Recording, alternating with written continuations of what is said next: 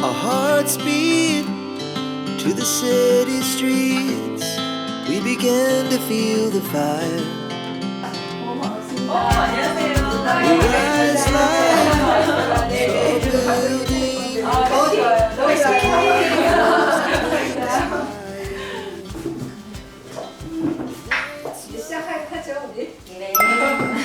제가 오늘은 특별한 사연 읽어주는 시간을 가져보려고 합니다. 오늘의 주제는 간병이에요. 간병.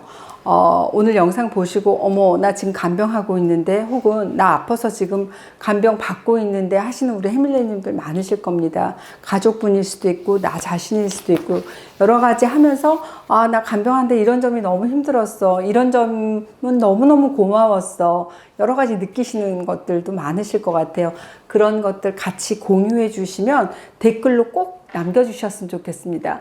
누군가는 그 댓글을 읽고 정말 나도 간병해야 되는데 많이 공감하시고 그 여러분들의 댓글 하나하나가 경험이 돼서 많은 도움이 되실 분들이 분명히 있을 거라는 생각을 하거든요. 꼭 댓글 남겨주시고 오늘 간병에 대해서 이야기 나눠보실 분들 제가 모셨습니다. 인사해 주세요. 네, 안녕하세요. 저 DB손해보험의 정혜영 수석입니다. 네, 안녕하세요. 저는 DB손해보험의 최은영 실장입니다. 제가 얼마 전에 건강보험을 런칭하는데 진짜 많은 도움을 주셨던 분들이고 정말 중요한 역할을 하셨던 분들입니다. 이분들과 함께 오늘은 특별히 우리가 간병, 이 간병하고 관련된 좀 진실한 우리들의 이야기, 이런 점이 정말 힘들었고 같이 공감할 수 있는 이런 여러 가지 어려움들 있잖아요. 그런 얘기를 한번 해보는 시간을 가지면 어떨까 해서 이 시간 마련했거든요. 우선 제가 해밀레보험 만드는 동안에 너무 이것저것 요구하는 사람이 많아서 많이 힘들었어요. 요구가 좀 많으셨죠? 힘들었다기보다는 이제 그 원장님이 우리 해밀레 분들 내지는 고객분들을 위해서 굉장히 많이 고민하셨구나. 맞아요. 예, 이런 또 진정성이 느껴졌습니다. 맞습니다. 아무래도 이게 또 이름을 걸고 하는 보험이고 또 우리 많은 해밀레님들이 실생활에서 정말 이거는 우리가 유용하게 쓰여야 되는 그런 부분이 있기 때문에 더 나름대로 되게 책임감이 있더라고요. 네, 그러신 것 같았어요. 이제 오늘 주제가 간병이잖아요. 이 간병에 대해서 얘기를 해보는 시간을 가지려고 하는데 두 분은 간병하고 관련된 어떤 뭐 경험들이 있으실까요? 일단 저부터 말씀을 네. 좀 드리면 저는 친정 어머니 아버지 두 분 다 간병을 했던 경험이 있어요. 특히 이제 좀 힘들었던 게 특히 이제 친정 아버지셨는데 저희 친정 아버지가 180에 몸집이 이제 100kg가 넘는 거부신데 뇌출혈로 한번 쓰러지셨었어요. 그러다 보니까 이게 정신도 이제 잃으신 상태에서 이제 대소변도 못 가리시고 굉장히 힘들었죠. 근데 이게 처음에 이제 효심으로 딸이 둘이 있는데 제가 첫째 딸이에요. 그래서 그 효심으로 이제 열심히는 해봤습니다. 이게 역시 이제 긴 병에 효자 없다고. 간병인을 이제 구해야 되는 이제 타이밍이 결국은 오기는 오더라고요. 그런 순간이 언젠가 오죠. 이게 신체적으로 좀 힘든 것도 있지만은 아마 간병에 하신 분들은 아마 다 아실 거예요. 이게 신체적인 부분에다 플러스 뭐가 힘들냐면 정신적으로 되게 힘들어요. 어느 부분이냐면 이제 정신이 이제 온전하실 때는 이제 굉장히 딸한테 미안해하고 하시는데 또 이렇게 가끔씩 이제 온전하지 않으실 때는 굉장히 이상 행동을 하시거든요. 밤마다 안 주무신다거나 뭐. 대소변을 가는 문제 차원의 이상의 것들이 있는데 그걸 옆에서 지켜보면서 자식으로서는 되게 많이 무너져요. 예. 그걸 보면서 이제 주변에서 뭐 어쨌든 물리적으로도 그렇고 정신적으로 너무 힘드니 이거는 이제 제3의 사람의 이제 손을 좀 타야 되지 않겠냐 자꾸 권유를 많이 해주더라고요. 그리고 저도 이제 직장을 다니고 대부분 이제 제 나이 또래들 다 직장 많이 다니고 있어서 아마 부모님 길게 간병하기 힘드실 거예요. 그러다 보니 이제 간병은 어떻게 보면은 필수죠. 이제는 저도 그래서 간병인을 이제 결국은 찾게 됐는데 이게 덩치가 있으신 이게 맞아요. 또 정신도 온전하지 않으신 이제 아버지를 간병해 주실 분 찾기가 굉장히 생각보다 쉽지 않았던 그런 기억이 있습니다. 맞습니다. 예, 굉장히 힘들었었죠 그때. 네, 저도 예전에 저희 엄마 간병을 한 적이 있었는데 제가 그때는 20대였고 엄마가 이제 밤에 갑자기 화장실 가시려고 침대에서 내려오시다가 넘어지신 거예요. 꼬리뼈 허리 쪽에 심한 충격을 입으셨어요. 통증이 심하고 또 움직이지 못하시고 막 소리를 지르셔가지고 아프셔서 119 구급차를 불러서 병원에 실려갔는데 요추 압박골절 진단을 받으셨어요. 척추쪽 골절이다 보니까 사실 움직이는 것 자체가 힘들어요. 그래서 병원에 이제 가만히 누워만 계셔야 되는 상황이었는데 대략 1달 반 정도 입원을 하셨던 것 같아요. 오래 하셨네요. 예, 그래서 저희 가족들이 돌아가면서 간병을 했었습니다. 그리고 또 엄마가 그때 당시 폐경이 된 상황이어가지고 골감소증이 오셔서 골절된 뼈가 또 잘 붙지를 않는 거예요. 예. 그러다 보니까 또 시간이 갈수록 엄마는 계속 짜증을 내시고 움직이지 못하시다 보니까 그런 것까지 같이 좀 감수를 해야 되고, 그리고 또 딸인 제가 와서 은근히 간병을 해주시는 걸 더 좋아하시더라고요. 엄마들은 그쵸, 당연히. 예, 그때 당시 하느라고 되게 예. 힘들었어요. 맞아요. 예. 그때 당시 저 또 회사 생활 하면서 사실 또 딸이 하나다 보니까 집안일도 해야 되고 굉장히 힘들었던 기억이 나요. 사실 이렇게 한두 달도 힘든데 몇 년씩, 아니 또 사실 이게 기약이 없는 거잖아요. 맞아요. 예, 간병이라는 게 굉장히 힘들 것 같다는 생각이 들더라고요. 힘들어요. 기약이 없다는 게 정말 힘든 것 맞아요. 같아요. 네, 맞아요. 차라리 뭐 일주일이면 일주일, 한 달이면 한 달. 정해져 있으면. 두 달이면 두 달이면 끝난다는 그런 게 있으면 그래도 이 목표가 있으니까 달려갈 수 있는데 이거는 기약이 없으니까 이게 간병이 뭐 한두 달에 끝나는 게 아니라 1년, 2년 가는 경우도 많고 맞아요. 길게는 뭐 10년 이상 간병하셨다는 분들 맞아요. 많이 보잖아요. 그래서 정말 정신적인 어떤 우울감, 간병하면서 본인 자체의 어떤 신체의 한계 때문에 굉장히 힘들어하는 경우도 맞아요. 있는데 두 분, 그러니까 사실 우리 나이가 되면 좀 비슷한 것 같다는 생각이 들어요. 많아요. 사실 저희 이제 친정 엄마가 지금 파킨슨 병을 앓고 계세요. 제가 간병을 하고 있는데 가족 간병이라는 게 사실 처음에는 애정으로 당연히 해야지, 할 수 있어. 저도 그랬어요. 이런 마음으로 네, 생각을 시작을 했다가 나중에 애정이 애증으로 되는 경우도 사실 많거든요. 네, 맞아요. 뭐 모르시는 분들은 그냥 얘기만 듣고 아우 효녀네요 막 이런 얘기를 하시는데 사실 그 안에서 왜 인생이라고 하는 건 멀리서 보면 맞아요. 희극이고 가까이서 보면 비극이라고 그 안에서 정말 일어나는 여러 가지 크고 작은 일들 때문에 나 스스로가 되게 막 무너질 때도 많고 내가 이 정도밖에 안 됐나? 뭐 엄마랑 막 싸우고 막 있잖아요. 네, 맞아요. 엄마 간병하면서 환자인데 싸워요. 그러니까 이건 알지만 마음이 이게 아는데 이게 행동이 또 잘 안 되고 맞아요. 그런 자신을 봤을 때 굉장히 또 막 되게 좀 무너지는 그런 느낌. 내가 이 정도밖에 안 되나. 다시 마음을 다잡고 하는데 또 현실로 들어가면 또 이게 안 되는 거예요. 계속 그게 반복인 것 같아요. 그런 것들이 사실 뭐 두 분도 충분히 그런 상황들 또 간병을 하셨으니까 또 이 영상을 보신 우리 해밀리님들 맞아 이러신 분들 계실 거예요. 사실 내가 이렇게 아플 줄 몰랐다. 내가 우리 가족이 이렇게 건강했던 엄마인데 간병하게 될 이런 날이 올 줄 사실 누가 알았겠어요. 맞아요. 누구나 이게 닥치면은 그게 이게 현실이구나 이렇게 생각이 되는 것 같아요. 많은 분들이 그러실 때 진짜 쉽지 않은 게 저는 간병이라고 생각을 합니다. 이 간병 중이신 분들의 사연을 몇 개 한번 읽어드릴게요. 장인어른이 뇌출혈로 병원에 입원하셨습니다. 이제 한 달 됐고요. 간병비 때문에 형편도 넉넉하지 않아서 피가 마를 지경입니다. 뇌출혈이 이렇게 무서운 병이었는지 이제 알게 됐습니다. 돈 때문에 무섭습니다. 간병비가 사람이 이렇게까지 비참하게 만들 수 있다는 걸 뼈저리게 느끼고 있습니다. 1년 간병비 내다가는 파산할 것 같습니다. 애들도 키워야 되는데 그 전에 우리 가족 모두 길거리에 나앉는 건 아닌지 매일매일이 걱정입니다. 간병비 조금이라도 줄일 방법은 없을까요? 아무리 뒤져봐도 답은 안 나옵니다. 잘 모르지만 제가 찾아보니까 간호간병 통합 서비스는 실비보험이 되는 것 같은데요. 와이프한테 얘기했더니 간호간병 통합 서비스 되는 곳으로 옮기자고 합니다. 대안이 없다고요. 간병비 부담하시는 분들은 다들 괜찮으신가 궁금합니다. 저만 이렇게 전전긍긍하며 사는 건가요? 제가 가장인데 간병비 내줄 능력이 안 돼서 와이프한테 불효하라고 하는 것 같아 마음이 찹찹합니다. 이런 얘기 들으면 되게 좀 마음이 아파요. 근데 네, 우리 지금 이 사례자님만의 얘기는 아닌 것 같아요. 일단은 네. 돈 때문에 무섭다란 말이 정말 솔직한, 하지만 사실은 되게 말하기 어려운 맞아요. 얘기인 현실이잖아요, 것 같아요. 이거는. 예. 그러니까 간병하면서 사실 이중적으로 드는 마음이 돈이 얼마가 들더라도 이제 부모님을 살려야겠다. 살려야 되겠다라는 마음이 있지만 대놓고 말하지 못하는 이제 얼마나 돈이 들지. 예, 물론 이제 간병인 비용까지 포함이죠.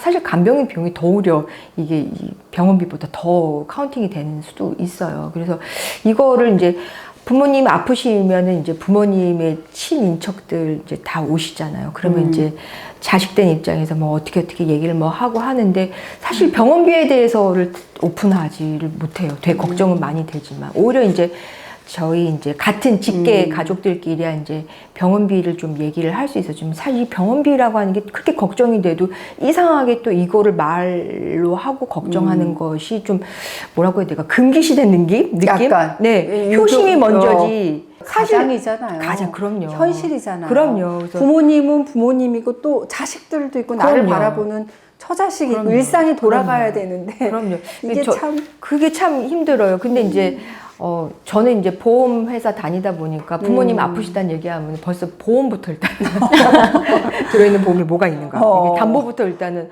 확인하는 습관이 있는데 그것 또한 이제 드러내놓고 부모님께 말씀은 못 드려요. 맞아. 이게 내 병이 먼저냐 돈이 먼저냐 그러실까봐. 근데 이거 사실은 모든 사람들이 말은 못하지만 공통적으로 생각하는 게 이게 비용일 거예요. 이 비용이슈가 사실 제일 크죠.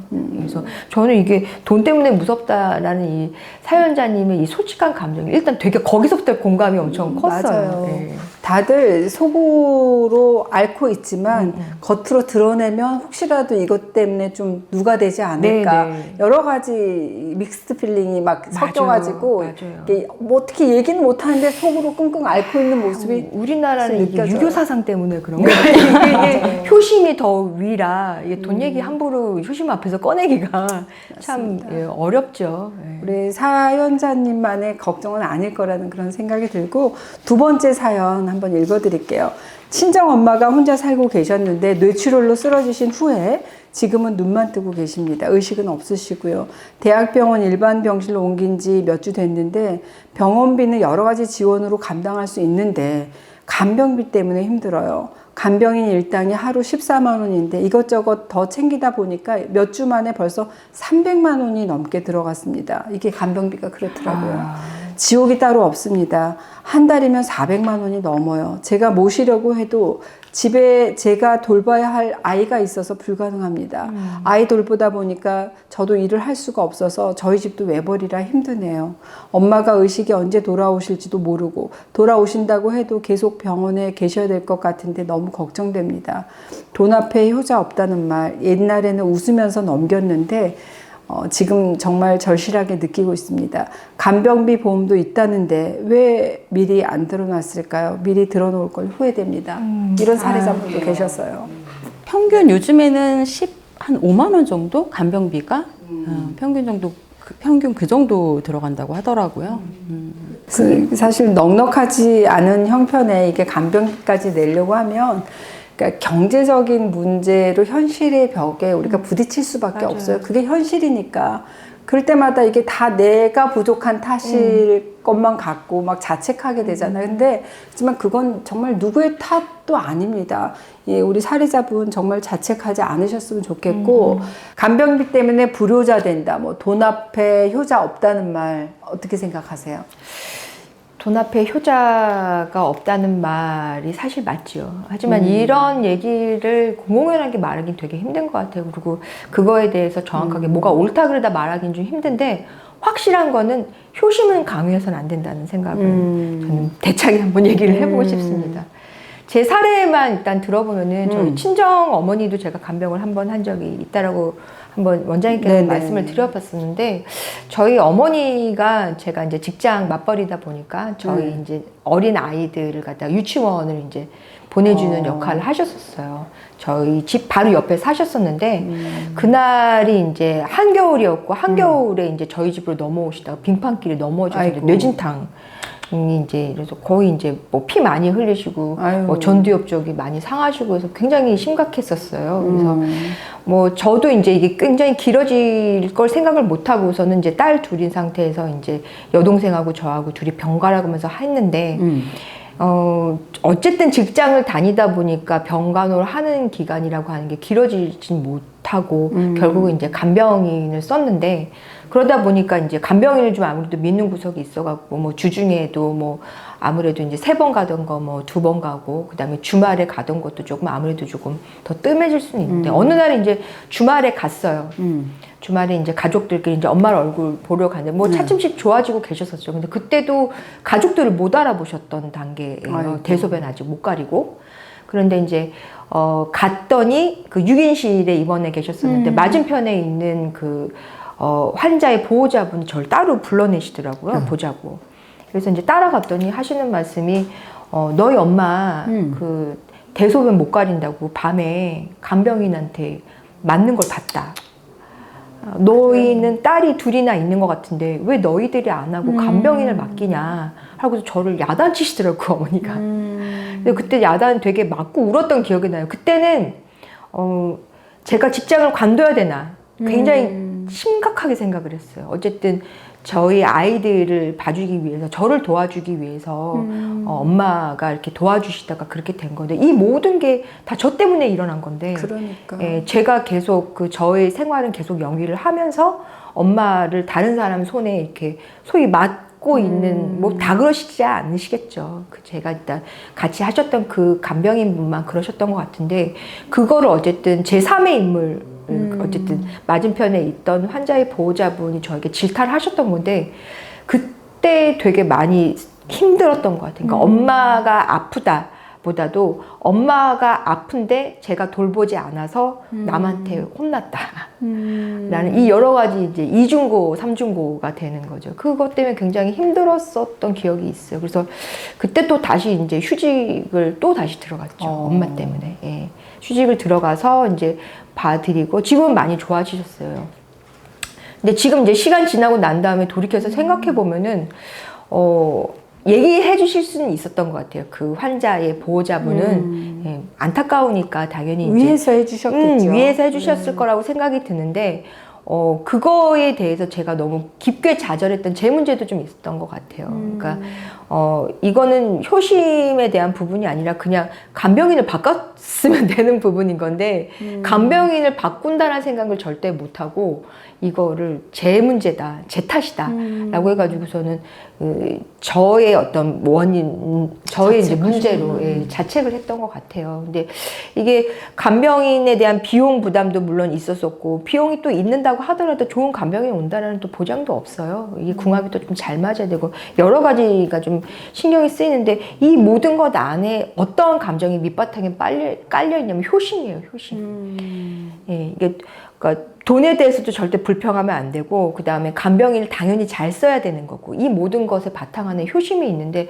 이상하게 이게 우리나라 사회에는 이게 효심을 강요를 하고 그 강요 받는 거에 대해서도 너무 당연하게 받아들이고 자책하고 하는 그런 문화가 좀 있는 것 같아서 이 간병인 문제에 있어서는 너무 효심을 강요해서는 안 된다라는 게 일단은 경험자의 생각입니다. 네.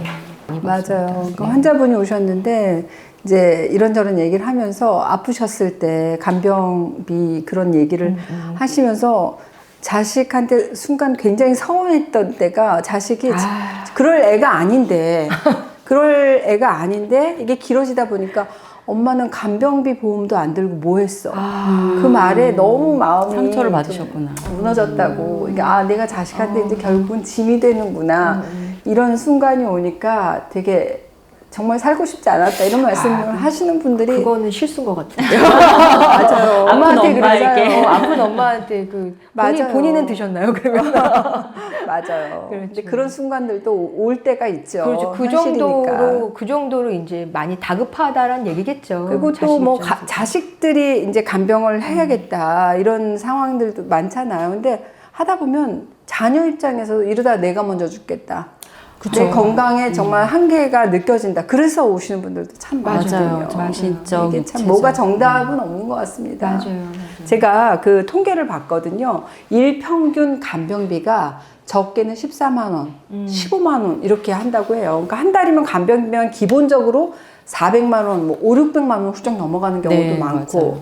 근데 자녀 소득의 거의 뭐 60% 이상이 간병비로 들어간다 이런 통계가 있는데 사실은 400만 원 간병비가 들을 때 자녀 소득의 60%면 그 자녀는 거의 700만 원 벌어야 되는. 맞아요. 근데 그럴 수 있는 분이 그렇게 많을까요? 저는 그런 생각이 들더라고요. 근데 이거 감당할 수 있는 분들이 계실까? 이것도 참 현실적인 문제인 것 같아요. 고소득자 하셔야 되고. 감당하기 사실 어렵죠. 예, 한 달에 최소 그 금액이 말씀하신 것처럼 뭐 700, 800, 2배는 벌어야지 사실 감당할 수 있을 것 같은데 맘 놓고 간병인을 쓸 수 있는 사람이 진짜 말씀하신 것처럼 얼마나 될까 싶어요. 근데 이제 앞에 그 보험 얘기를 하셨는데 뭐 실손보험에서도 되는 게 사실 입원비 같은 거 간호간병 통합 서비스나 입원비 같은 경우에는 실손보험에서 보장을 받을 수도 있어요. 하지만 간병비는 오롯이 개인이 부담을 해야 되는 부분이기 때문에 사실 정말로 더 비용적인 문제가 들어갈 수밖에 없다라고 보시면 될 것 같고 아무리 부모님을 사랑하고 내가 모시고 싶어도 경제적인 형편이 안 되면 정말 너무 절망적인 것 같다는 생각이 들어요. 그렇죠. 그러니까 실제로 간병을 경험한 분들 대다수가 간병비가 부담스럽다 이렇게 느끼고 있다고 해요. 제가 간병 때문에 여러 가지 콘텐츠를 찾아보다가 댓글들을 쭉 봤거든요. 진짜 댓글 하나하나 읽을 때마다 공감도 되고 되게 마음이 아픈 순간들이 많았어요. 그러니까 그 중에서 제가 좀 인상적인 댓글 발견해서 한번 가지고 왔거든요. 한번 읽어봐 주시겠어요? 네, 어느 댓글 읽어보겠습니다. 저희 자매는 둘이서 엄마 간병하고 있어요. 성인 둘이서 간병하는데도 너무 힘드네요. 기저귀를 하루에 3-4번씩 갈아야 하고 1시간마다 상태를 확인해야 해요. 일주일에 한두 번씩 머리 감기고 샤워도 시켜드리려고 합니다. 병원비는 감당할 수 없고 간병인은 아예 꿈도 못 꿉니다. 지원받는 것도 절차가 복잡하고 막상 지원받으려고 보면 해당 안 되는 것들도 많아요. TV에서 간병하다 비극적인 선택을 했다는 사건을 볼 때마다 남일 같지가 않아요. 힘드니까 동생하고도 매일 싸웁니다. 서로 예민해져 있어서 화만 내고요. 생활비, 병원비라도 있어야 하니까 둘 중 하나가 알바를 하고 올 때도 있는데 그러면 집에 있는 사람이 더 지쳐 있습니다. 잠도 교대로 자야 하고 엄마 기저귀 갈 때는 무조건 둘이 같이 해야 하니까 잠도 제대로 둘 다 못 자요. 돈이 없어 제대로 먹지도 못합니다. 정말 답이 안 나옵니다. 죽지 못해 살고 있는 것 같아요. 그래도 엄마는 끝까지 간병하겠지만 저희에게 남은 건 아무것도 없는 것 같습니다. 이렇게 사는 게 맞는 걸까요? 라는 사연이네요. 아, 이거 너무 절망적인데요. 네. 그러니까 가족 여러 명이 돌아가면서 해도 힘든 게 간병인데 자매 2분이서 한다는 게 사실 정말 쉽지 저는 않죠. 쉽지 않다, 정말 대단하다 이런 효녀들이세요. 생각이 예. 드는데 진짜 이런 상황에서 뭐라고 말씀드리기도 되게 조심스럽거든요. 어떤 분이 댓글로 그러시더라고요. 그러니까 돈이 없어서 슬픈 것보다 돈이 없음으로 해서 부모를 원망하는 내 스스로의 모습, 부끄러운 모습을 내가 나를 마줘야 된다는 게 사실 그게 더 슬프다. 맞아요. 이런 말씀을 하셨는데 사실 모든 게 겪어봐야지 알거든요. 맞아요. 우린 또 맞아요. 겪어보니까 그게 맞아요. 맞다 맞아요. 하지만 아유 그래 뭐 간병 남의 일이다 생각하면은 그게 와닿지가 않잖아요. 맞아요. 그래서 저는 환자분들한테 항상 자식한테 우리가 왜 돈 물려줄 생각으로 다 저축하고 뭐 안 먹고 막 그러잖아요. 그런 것보다는 이제 생각을 바꾸셔야 된다. 진짜 내가 내 노후 준비를 잘 준비해 놓는 거. 일단 건강해야겠죠. 남의 손 안 빌리려면. 내 건강 챙기는 거. 그 다음에 내가 여러 가지 그런 대책을 마련해 놓는 게 결국 그게 자식을 위한 거가 아닐까 이런 맞습니다. 생각이 들어요. 네, 맞습니다. 네, 진짜 그래요. 저도 사실 부모님 간병 경험이 있었잖아요. 예, 그렇기 때문에 그게 얼마나 힘든지를 잘 알기 때문에 저희 가족들에게는 그 짐을 짊어지게 하고 싶지 않아서 저도 사실 간병보험을 들어놨습니다. 저도 저희 엄마 간병하면서 그 전엔 간병 그 보험에 대해서 신경도 안 쓰고 있다가 간병 보험 들었어요. 네네. 네. 그래서 최근에 그 보험이 간병보험 같은 경우에는 이제 부모님을 많이 들어드리는 케이스가 많지만은 요즘 와서는 이제 부모님을 보면서 이제 나는 내 자식에게 이제 피해를 안 끼치려는 이제 중년분들이 많아서 본인 거를 굉장히 가입을 많이 하는 그런 추세예요. 예. 셀프 부양이라고 하잖아요. 맞습니다. 맞습니다. 우리 세대는 정확한 표현이세요. 그러니까 진짜. 우리 세대는 연로하신 부모님 봉양하는 마지막 세대고 예. 또 우리 자식한테 복양받지 못하는 첫 세대거든요. 예. 너무 우리는 셀프 부양해 친구들끼리 만나면 그런 얘기 많이 하죠. 인생은 정말 제 스스로 다 해야 되는 거예요. 너무 슬퍼요. 두 분은 간병할 때 뭐가 제일 힘드셨어요? 일단은 저는 이제 정신적인 부분이 오히려 더 힘들었던 것 같아요. 왜냐면은 아버지, 뭐 어머니 두 분 다 이제 제가 간병을 해봤지만은 뭐 체력적인 부분은 어떻게 보면 한계가 있다라는 걸 예상을 했거든요. 예. 근데 이제 정신적인 부분은 전혀 예상을 못했었어요. 어떤 부분이냐면은 내가 아는 우리 부모님의 모습이라는 게 있는데 그 모습에서 이제 조금 더 힘들어지신 모습을 갖다가 보면서 사실 저도 되게 충격인 거예요. 그러니까 너무 애처럼 변해 있으셔서 대소변을 갈아들이는 제 모습도 그렇고 그다음에 지치면은 이제 제가 아무래도 부모님을 원망하는 감정도 사실 와요. 그렇지. 오는데 그러면 또 안 된다라고 해가지고 제 감정이 다중 성격으로 변하거든요. 그러면 돼. 맞아. 원망했다가 그러면 안 돼. 원망했다 이게 계속 이렇게 감정적으로 막 너무 맞아. 힘들게 되더라고요. 네, 맞아요. 그리고 뭐 사실 저는 이제 아까 비용 얘기를 말씀을 드렸는데 돈도 돈이지만 또 간병이라는 거를 전문적으로 배우거나 또 잘 아는 게 아니어서 갑자기 또 간병을 하다 보니까 뭘 어떻게 해야 되는지 잘 모르겠더라고요. 맞아요. 그리고 전 또 20대 때 일어났던 일이어가지고 그게 제일 좀 힘들었고 아는 게 없고 또 가르쳐 주는 사람도 없잖아요. 이런 것들을 혼자 오롯이 뭐 가족이 이런 것들을 해야 된다라는 게 그거 자체가 제일 힘들었던 것 같아요. 그때는 진짜 너무 어렸을 텐데. 두 분 다 정말 힘드셨을 것 같아요. 실제로 이게 간병을 하는 가족들 중에 간병으로 인해서 내가 번아웃 됐다. 그래서 내원하시는 분들도 정말 많아요. 그래서 우리가 간병도 질병이다 이런 말을 할 맞아요. 정도니까 사연 하나만 더 읽어볼게요. 네, 제가 읽을게요. 예, 아버지가 뇌출혈로 중환자실 입원해 계십니다. 의식은 없지만 눈은 매일 뜨고 자가호흡은 있으세요. 곧 일반 병실로 옮기게 되는데 일반 병실로 옮기면 간병은 어떻게 해야 할지 고민이 됩니다. 제가 다니던 직장을 그만두고 아버지 간병을 해야 되는지 아니면 전문 간병을 쓰는 게 나은지 고민입니다. 간병비 비용도 만만치 않은 데다가 제가 아버지 옆에 있으면 아버지도 의식을 빨리 찾지 않을까 싶어서 계속 고민 중인데요. 20대인데 아무래도 주변 친구들은 자리 잡고 앞길 찾아가고 있는데 저만 다른 삶을 살게 될 것 같다는 생각도 들고요. 아버지 간병을 오래 할 수 있을까 걱정도 됩니다.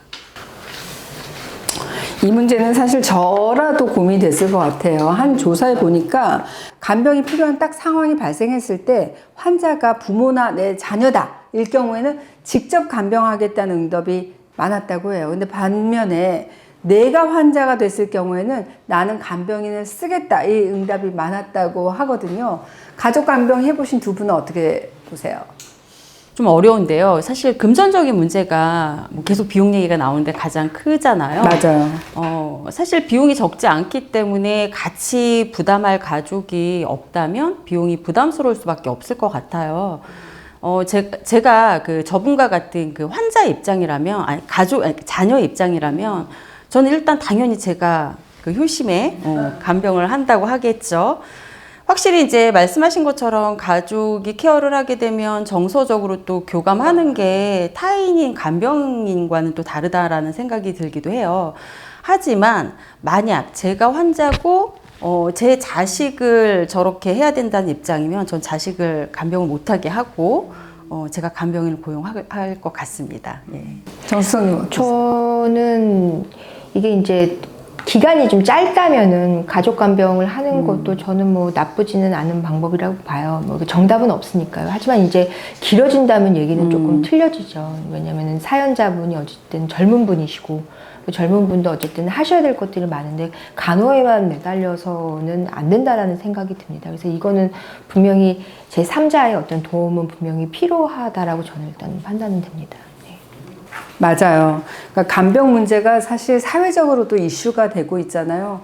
기약이 없기 때문에 우리가 간병 살인이라는 그런 정말 맞아요. 너무 끔찍한 맞아요. 뉴스에 접하는데 간병 지옥, 뭐 간병 살인, 지옥, 간병 살인, 간병 사실 파산. 기약이 없는 돌봄에 끊이지 않은 그런 비극들이 발생을 하고 있는데 그런 뉴스를 접할 때마다 사실은 마음이 되게 아프고 또 한편으로는 오죽하면 저랬을까 이런 생각도 많이 들거든요. 그래서 간병이라는 것이 사실 딱 개인의 문제로 이렇게 치부되어 온 게 그게 더 큰 문제가 아닐까 그런 생각을 하고, 그래서 요즘은 우리 국가 차원에서 좀 덜어줘야겠다 해서 여러 가지 제도적으로 보완도 되고 있고 준비가 더 필요하다는 그런 생각이 듭니다. 오늘 주제가 좀 다소 무거운 주제였는데 이렇게 말씀 이렇게 좀 나눠주신 두 분께 너무 감사드립니다. 그리고 우리 해밀리님들은 어떠셨어요? 그러니까 간병과 관련해서 오늘 나도 이런 점이 너무 힘들었고 이럴 때는 정말 이런 식으로 대처하니까 조금 더 살겠더라, 이런 순간에 너무너무 고마웠고 앞으로 이런 준비가 필요하겠더라, 여러 가지 우리 해밀리님들이 가진 사연과 그런 댓글들이 그 상황에 처한 분들이 그 다 읽고 계시거든요. 그러면서 되게 힘도 얻고 대처를 할 수 있고 대비를 할 수 있는 그런 중요한 오늘 시간이라는 그런 생각이 들거든요. 꼭 댓글 남겨주시고 또 다음에는 해밀리님들의 댓글, 그 댓글을 보고 또 이야기 나누는 시간 가져보면 어떨까 이런 생각이 들었어요. 맞습니다. 오늘도 더 건강한 하루 보내시고 해밀리 하시기 바랍니다. 감사합니다.